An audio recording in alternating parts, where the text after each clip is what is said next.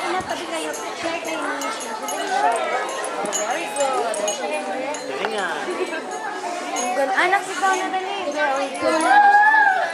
To our most distinguished guest and speaker of honor, Honorable Mayor Adrian Pedro, Honorable Attorney Raul Coro, our confirming guest and Lord Gustavo Mejia, our administrator, Sister Kim OSF, our dear principal, Sister Maricor C. Arcelias, administrative staff, teachers, parents,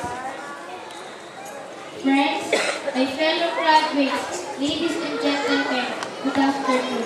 Today is a celebration to all of us. We, the grade 6 students, celebrate all the hard work we have done. We celebrate all the times we spent these past years wandering the halls of our grade school, service school. We celebrate the entire exam we have answered, all the projects we have created, and all the requirements we have completed. We celebrate all the poems we have recited, all the formulas we have used, and all the experiments we have concluded, and all the challenges we have overcome. And now, we are ready to go home. 6 years ago, I never expected that I would be the one standing in front of you. Back then, I'm just an average student with nothing on my mind but play. I would always get my teacher's attention because of my naughtiness. But everything changed when I reached grade 3. I became more responsible and dedicated on my studies. And as a result, I landed in the top spot. The reason why I'm telling you this is I want all of you to know that with hard work, dedication, and perseverance, everything is possible. This commencement exercise marks a big milestone in our lives. It is both an end and a beginning. We may think that this is the end of our journey as a student, but it's not.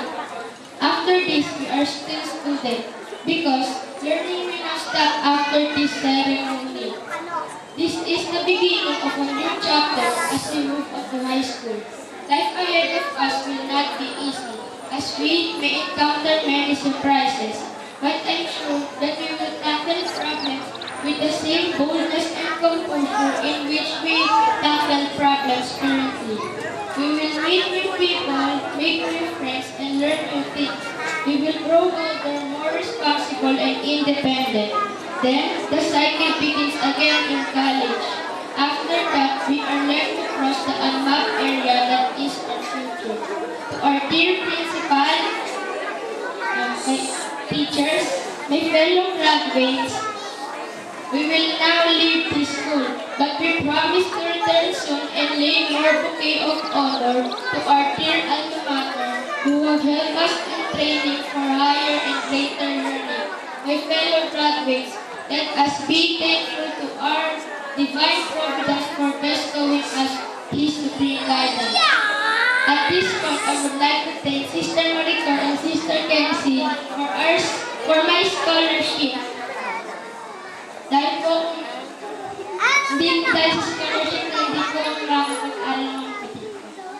Thank you po kay Ma'am Denny, Ma'am Bioli, Ma'am Jill, Ma'am Rina, Ma'am Ruth, Ma'am Jaya, Ma'am Malu, Ma'am Grace, Ma'am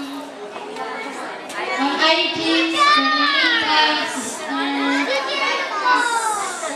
Ben, at kay Kuya Delvin po, Sister Ma'am Janet, pati po kay Kuya Guard, kay Kuya Delvin. Thank you po sa advisor namin sa mga pangaral at suporta. Thank you din po sa kapatid ko na pagpapatawa sa akin pag-mahal ko. Thank you rin po sa lola, huwag din po kayo na ilan sa suporta po.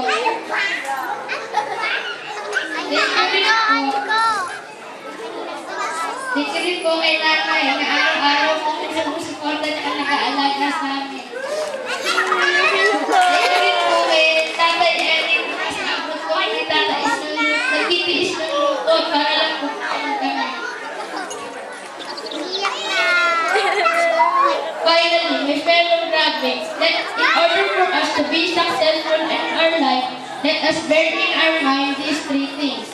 Dream, believe, and survive. Let us realize our dream because this will take us to everywhere we want to be. Let us believe in ourselves that we could reach our goal. And lastly, we should survive all obstacles and challenges that we may have to face.